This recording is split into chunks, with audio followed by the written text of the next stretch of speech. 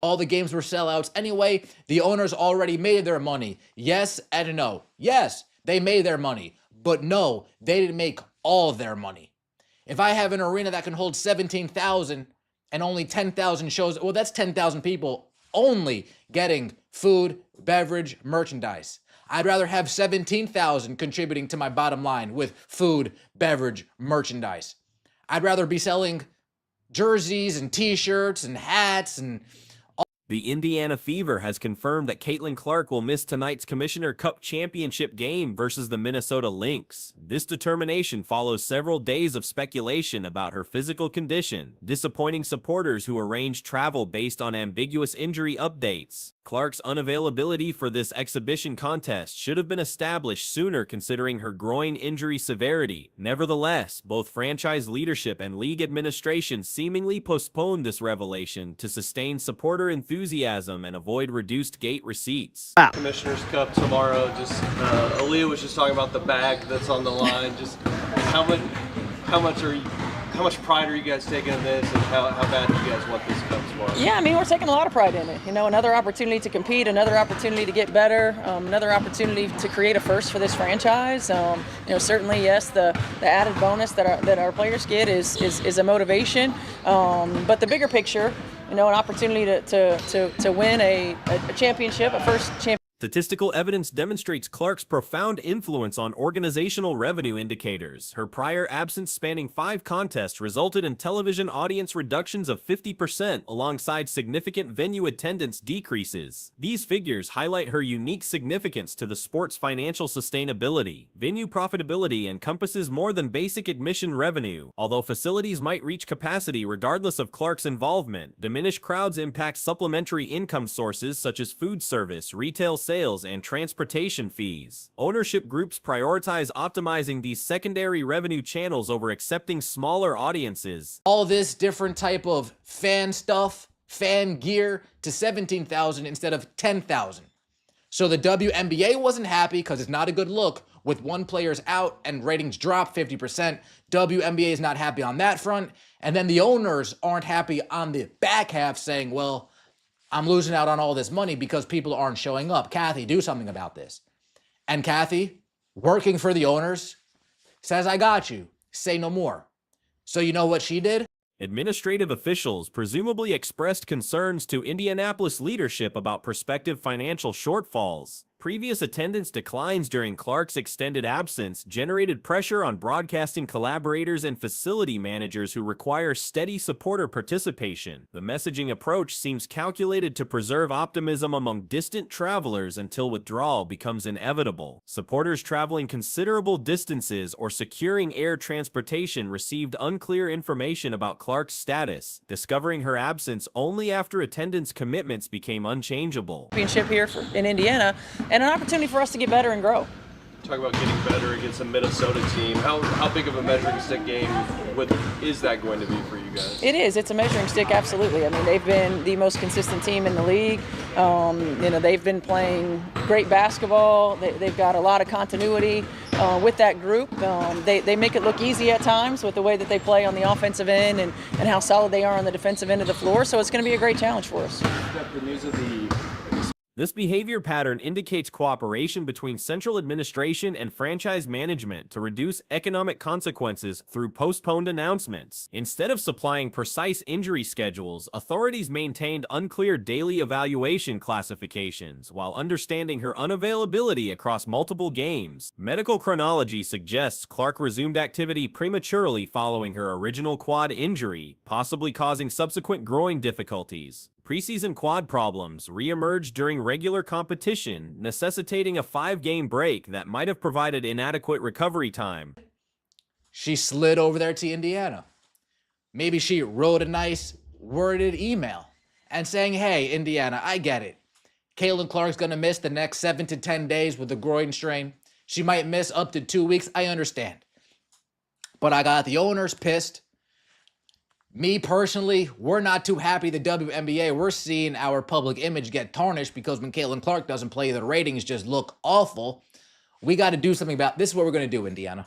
Supplementary roster challenges encompassing exits for individual matters and international obligations required hastened comebacks that probably jeopardized Clark's physical rehabilitation. Excessive compensation for the compromised quad muscle seemingly generated tension in adjacent muscle areas, producing the present groin injury. Coach Stephanie White's media remarks preserved uncertainty despite obvious signs Clark wouldn't compete. Mentions of comprehensive perspective while discussing potential last-minute choices generated false optimism among supporters who had previously arranged attendance. Training observations verified Clark's absence from squad exercises, yet authorized communications continued implying potential involvement. This separation between visible evidence and public declarations reveals deliberate, misleading tactics intended to protect commercial benefits. Expansion cities today. This kind of speaks to how where this league is trending. Just curious your thoughts on the cities chosen and like where the WNBA is going. Yeah, it's exciting. I keep thinking back to my early days in this league and playing when Detroit and Cleveland had a team back in those days. And of course, Philadelphia, excited about an opportunity to put a WNBA franchise there. There was a great turnout when the Tomorrow night, just how important is that to you and this team, and how much pride are you guys taking in going there? Clark's injury rate constitutes a troubling shift from her formerly resilient collegiate performance. Following completion of an entire university season without major health problems, she has now missed 7 of 16 professional games because of diverse physical conditions. The sequence exposes a cycle of inadequate healing intervals, followed by early returns that generate further complications. The May 26th quad strain caused a 3-week absence, succeeded rapidly by the June 24th groin injury during action against Seattle. Next time she's going to miss games, just say she's day-to-day. Just say she's day-to-day. If the fans can't visibly see her leg break in half, just say she's day-to-day. Let's just keep stringing these people along, bringing them along for the ride so the attendance doesn't dip, so the ratings don't drop that bad, and we'll just list her as day-to-day, day-to-day, day-to-day, and then when we get to game day, you know what we'll do? We'll list her as... Present wagering markets acknowledge Clark's absence, with Indiana designated as considerable underdogs versus Minnesota. Her offensive contribution and guidance substantially affect squad performance, making her unavailability a decisive element in competitive results. The wider consequences reach beyond individual contest influence to concerns about athlete health oversight and institutional honesty. Emphasizing immediate revenue over extended player well-being generates moral questions about professional athletics management. And getting the wins. Yeah, it's super important, obviously, to see where we match up against Minnesota, because obviously they're a great team and there's also money on the line. So making sure that you want to leave with the bag. And so for us, it's about focusing on what we need to do, make sure we're playing defense. Obviously, Minnesota, they move well without the ball, they defend well. So we just have to make sure we play an all-around great game. Have you talked about the bag as a team? That's the goal right here. I mean, when there's money on the line, what else are you looking at? What about what you might use it? Supporter disappointment focuses on postponed revelation rather than Clark's genuine injury circumstances. Enthusiasts comprehend that injuries happen during athletic competition, but anticipate truthful communication about player status to enable educated attendance choices. Interstate travel planning demands advanced coordination that becomes impossible when reliable information stays unavailable until hours before competition. Supporters purchasing flights, accommodations, and comprehensive travel packages deserve dependable updates about marquee player involvement. Economic stress confronting women's professional basketball generates challenging choices about information sharing. League expansion relies significantly on featured athletes, making their absence especially harmful to commercial possibilities. as questionable, and then when we get a little bit closer to game time, we'll list her as a game time decision.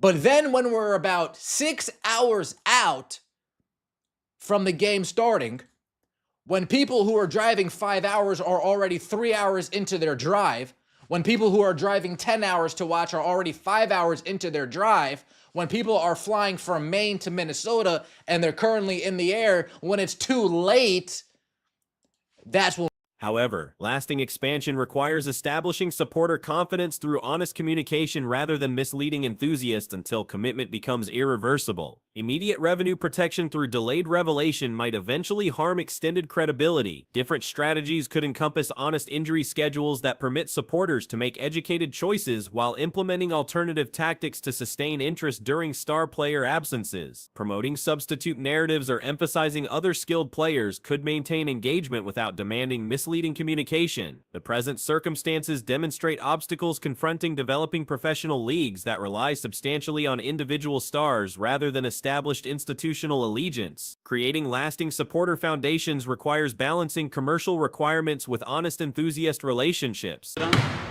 No, it's probably, once it hits my account, like Mama Boston's she's gonna look at that, so that'll be her job.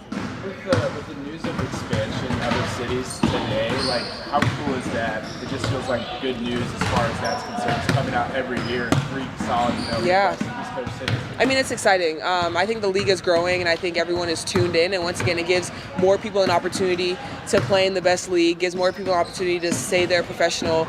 And so Recent developments have surfaced concerning Caitlin Clark's participation for tonight's Commissioner's Cup confrontation. The Indiana Fever organization has issued an authorized declaration that effectively concludes speculation about the prominent player's competitive status. Original anticipation suggested head coach Stephanie White might delay until game time before reaching a final choice. Nevertheless, those forecasts proved inaccurate as the franchise acted swiftly to clarify the circumstances for supporters and media representatives. We'll say that she's out. That's when we'll say that she's out. We'll wait for the last possible minute. We'll hold off as long as we possibly can. And then we'll say that Caitlin Clark is out. This I'm not a fan of. I can't co-sign this. Because if you actually followed this, you would know there's no way she's coming back today. The squad's authorized statement published on social media platform X supplied explicit details about tonight's roster composition. The communication specified that Dantron remains unavailable because of international duties with Brazil's national squad, while Clark has been excluded with a left groin injury that prohibits her involvement. This declaration has created substantial discussion among basketball analysts who challenge the timing and situation surrounding recent developments. The precise reasoning behind certain choices remains uncertain currently. So for us, this is great. This is great. So everyone that gets drafted to these teams, I mean, it's just about coming in and continue to do what you do. How about Minnesota and the task that you guys have playing tomorrow? Yeah, Minnesota's a great team. They move well. Obviously, they have Fee and their guards do a great job spacing the floor. And so for us, it's about playing that team basketball, make sure we're moving the ball, making sure they have to work on the defensive end, and then also make sure we're getting stops because obviously they can score at any angle. What makes defense so difficult to slow down?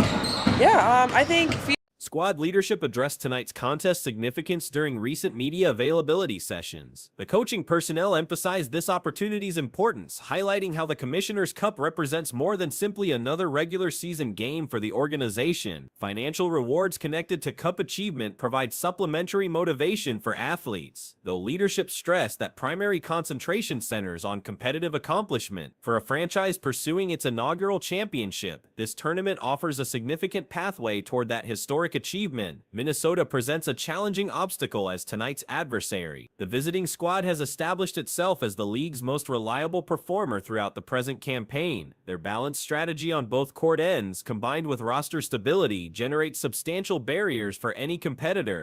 If you didn't follow this, if you're not lurking all the time, and if you're just a casual fan, you see Caitlin Clark's playing, oh, she's day-to-day, oh, that means she's probably going to be playing by Tuesday, let me get my tickets, let me make my arrangements, boom. And now here we are on Tuesday, she's out. Why even continue to say day-to-day? Just rule her out. Why even bother saying game time decision when we're still 5 hours away from game time to make a decision? The Lynx organization displays offensive effectiveness while preserving defensive strength. Their smooth ball circulation and tactical implementation often make challenging plays appear effortless. This reliable excellence positions them as genuine championship candidates. Recent league expansion declarations have produced positive excitement throughout the basketball community. New market additions reflect the sport's increasing popularity and generate supplementary opportunities for professional athletes. Cities like Detroit, Cleveland, and Philadelphia contribute rich basketball heritage that should improve the league's comprehensive profile. She's just a great all-around player. I mean, she has that post-up. She can play the three. She can play the four, depending on advantages. Obviously, her fadeaway is pretty great. So for us, it's about making sure we just contain her. I mean, great players are hard to stop. It's just about making sure that you contain them and make it hard. Not only is it the Commissioner's Cup, but is this a good measuring stick for you guys? Absolutely, absolutely. I think this is great. Like I said, they're a great team. So for us, we've had some ups and downs throughout this season already with some games, and so it's making sure that, listen, when you come out here, you have to be ready to go, because Athletes have conveyed enthusiasm about expansion's influence on career possibilities. Additional franchises mean supplementary roster positions and enhanced visibility for the sport. This development benefits everyone involved, from selected players to established veterans pursuing new challenges. Anticipating tonight's contest, squad representatives acknowledged the evaluation standard nature of confronting Minnesota. Financial benefits associated with Commissioner's Cup achievement provide extra motivation, though competitive pride remains the primary driving element. Wake up in the morning, she's out, not playing. Talk to us yesterday, she's out, not playing. We need to wait for the last possible minute. Very, very frustrating. It's nasty work, folks. It's nasty work, and I'm not happy about it. I'm not happy about it. The eagerly anticipated Commissioner's Cup final between the Indiana Fever and the Minnesota Lynx could tip off. Well, it is going to tip off. Boston emphasized executing fundamentally solid basketball against such accomplished opposition. Minnesota's ball circulation without possession and defensive intensity require maximum preparation and concentration from Indiana's athletes. The Lynx roster features adaptable talents who generate matchup difficulties throughout lineups. Their capacity to score from various positions and maintain defensive pressure makes them especially dangerous opponents. Restricting their offensive rhythm while producing consistent scoring chances represents Indiana's fundamental challenge. Minnesota's that team that you have to make sure you're ready from the jump. How more comfortable do you feel from a finishing perspective heading into this season compared to your past years approach? Yeah, it feels pretty great. I think coming into this year, it started off a lot better than last year. And then obviously my rookie season, I feel like your rookie season start, it's always just going to be a rookie season start into this league. And so for me, that was my goal coming into this season, was making sure that I'm consistent around the basket, because the players that we have, the way that our guards can pass the ball, Caitlin can pass the ball, making sure that when I get in the position to Completion near the basket has become a concentration point for several Indiana athletes entering this season. Enhanced consistency in scoring situations should benefit the squad's comprehensive offensive effectiveness. Patient decision-making and understanding defensive positioning contribute to improved shot selection and conversion percentages. The development process continues for younger athletes adapting to professional basketball's requirements. Rookie seasons typically involve significant learning experiences, but steady improvement through practice and game exposure builds confidence progressively.